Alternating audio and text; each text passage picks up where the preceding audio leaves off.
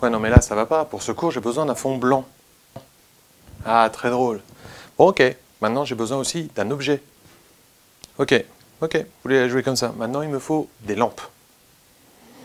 D'accord? Ok. J'aurais peut-être dû juste préciser. J'aurais qu'elles soient branchées. Ok. Bah, puisque ça marche. Aujourd'hui, on va parler de lumière dure, lumière douce. On y va. On lance le cours.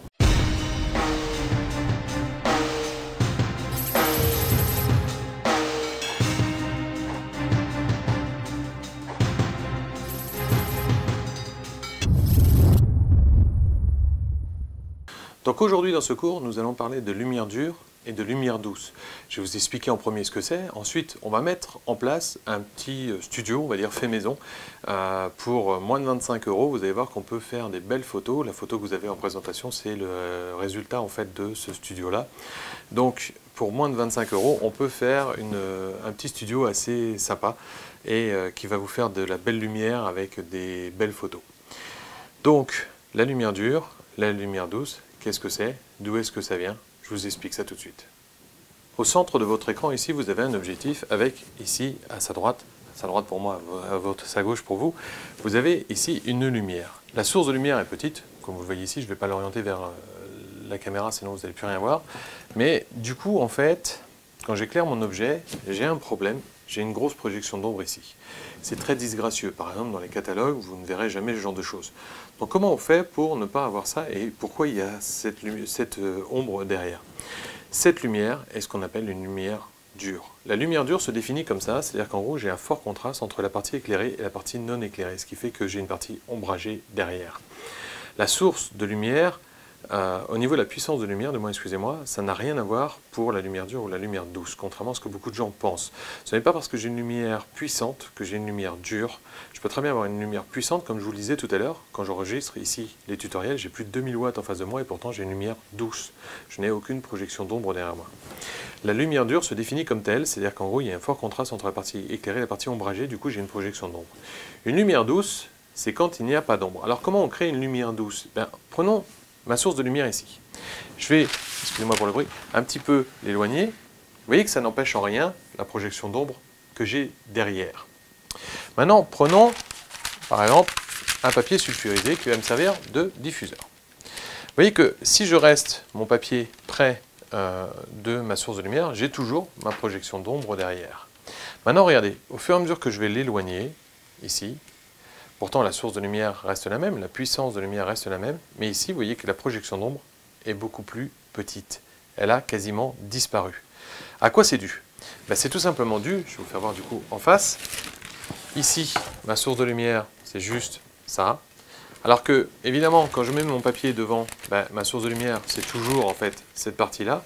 Par contre, regardez ce qui se passe au fur et à mesure que je l'éloigne. Au fur et à mesure que je l'éloigne, ma lumière prend la totalité de la surface du papier. Du coup, ma source de lumière n'est plus la petite ampoule, mais la surface totale de mon papier. C'est exactement ce qu'on utilise en studio, par exemple. On va utiliser des softbox, c'est-à-dire que la softbox, c'est une partie rectangulaire comme ça, qui va nous agrandir en fait la petite source de lumière qu'on a pour notre flash au départ, qui est de 10-15 cm de large, va finir par faire 1 mètre sur 50 cm par exemple. Donc on transforme une lumière dure en lumière douce.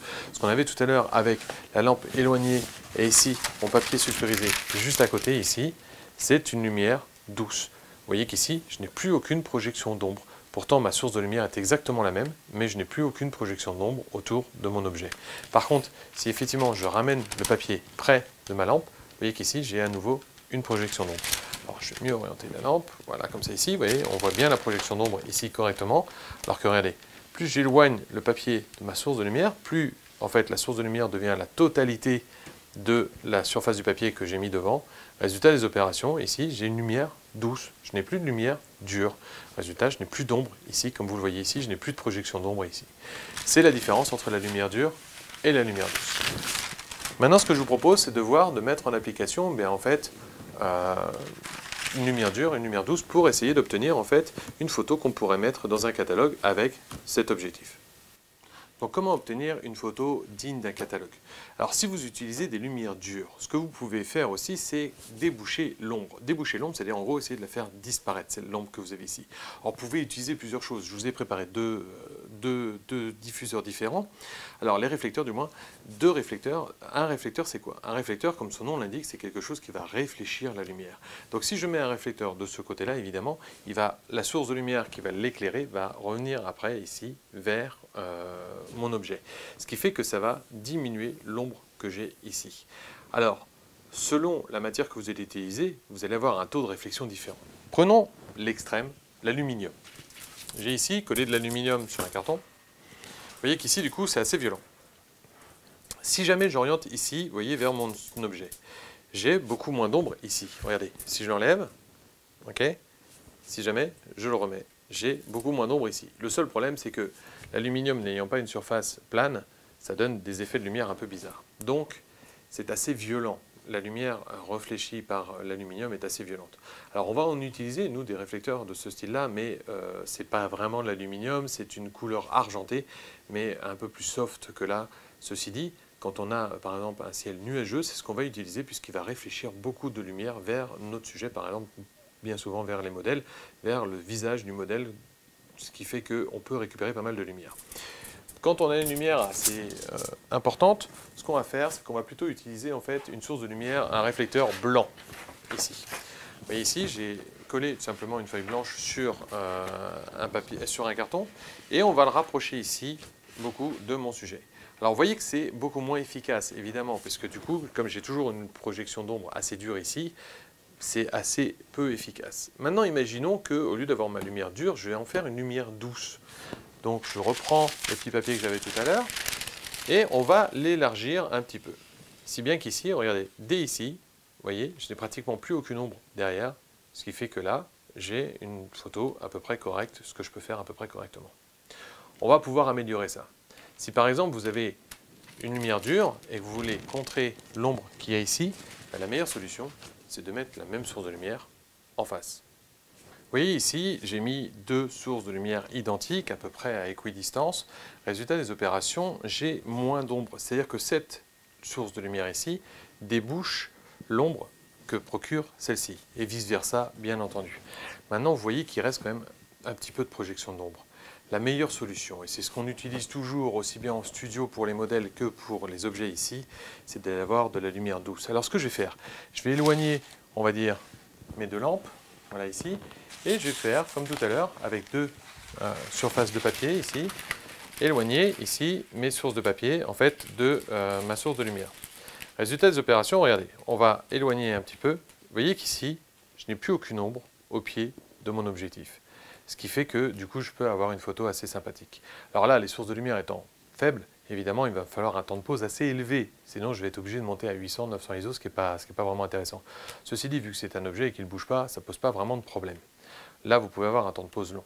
Alors, comment on va faire? La plupart du temps, c'est ce que je vous disais tout à l'heure, en studio ou même pour les photos d'objets, on va utiliser des softbox. Les softbox, c'est quoi? C'est des grands rectangulaires, en fait, qui vont nous permettre de transformer cette petite source de lumière ici en grande source de lumière, comme je l'ai fait tout à l'heure avec le papier.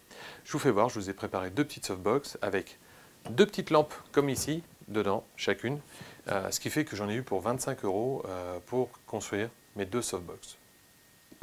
J'ai pris deux lumières comme ça par softbox que j'ai mis dedans. Ces lumières-là, en fait, font 10 et 11 watts, l'équivalent de 200 watts avant. Elles sont à 2700 degrés Kelvin. Alors pourquoi je vous dis ça? Les degrés Kelvin, c'est marqué sur le boîtier, sinon vous l'avez ici, c'est marqué aussi sur l'ampoule.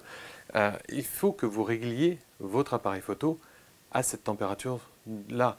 Si vous n'avez pas votre balancé blanc réglé correctement, vous aurez une lumière un peu jaune. On ne reviendra pas sur la vidéo que j'ai fait là-dessus, mais en gros, c'est ça. Si jamais vous réglez mal votre température de couleur sur votre appareil photo, vous allez avoir une lumière un peu rouge, ce qui ne donnera pas un bon résultat. Donc, réglez bien, une fois que quand vous achetez vos ampoules, regardez à quelle température elles sont et réglez votre appareil sur la même température de couleur de manière à avoir le meilleur résultat possible. Ceci dit, si vous shootez en RAW, évidemment, c'est récupérable en partie.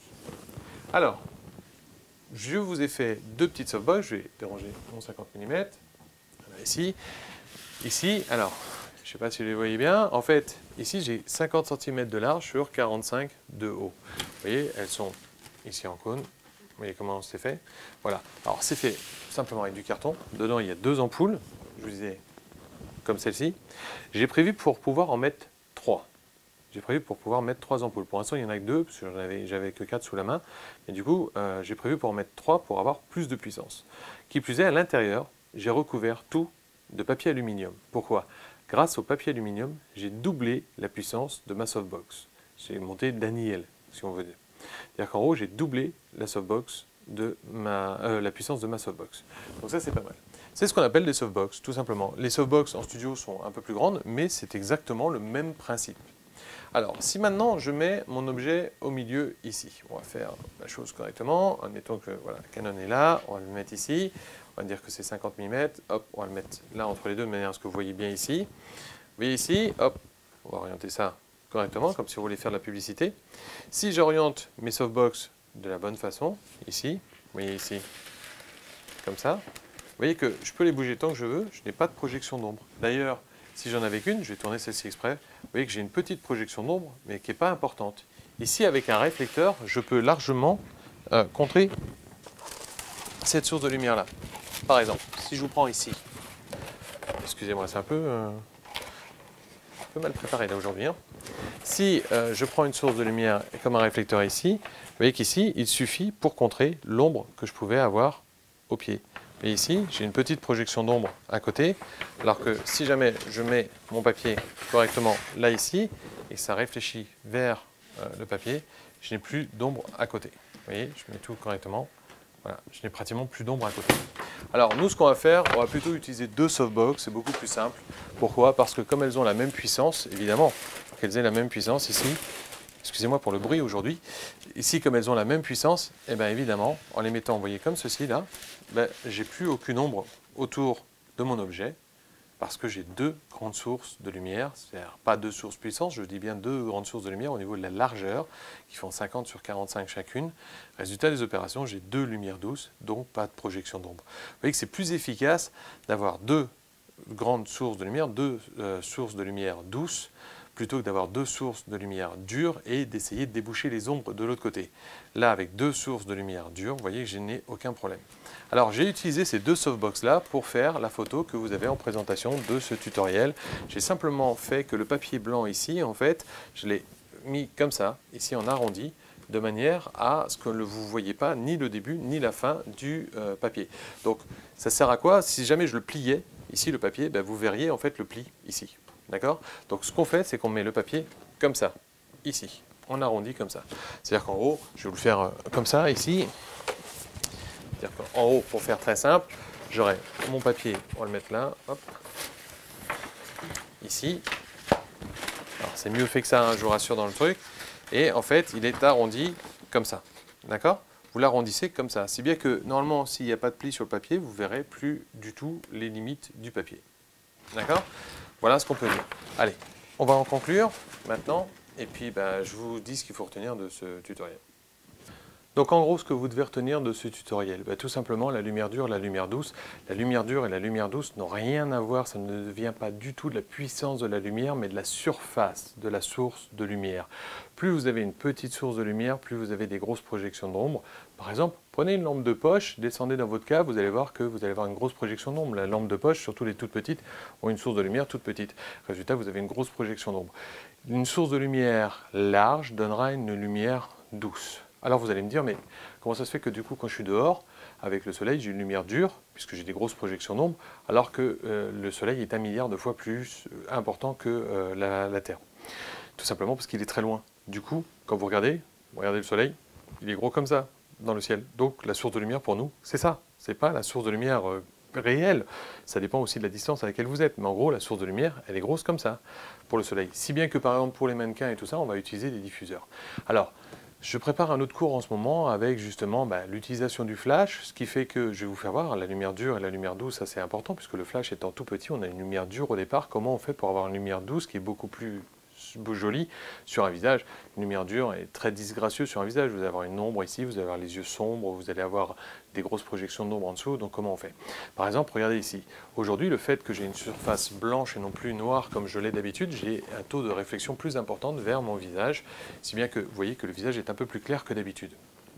Donc voilà, une lumière dure, une lumière douce ne vient pas de la puissance, mais de la source de lumière. Pour faire les softbox, je vous ferai un article pendant la semaine. Je vous rappelle qu'il y a des articles qui ne sont pas publiés sur YouTube, qui ne sont pas en vidéo. Donc pour faire les softbox, je vous mettrai les plans dans un article qui sera publié jeudi prochain. Du coup, vous pourrez faire vos softbox. J'en ai eu pour 25 € pour faire mon petit studio à la maison. Le petit studio qui m'a permis de faire la photo que vous avez en présentation de cet article ici.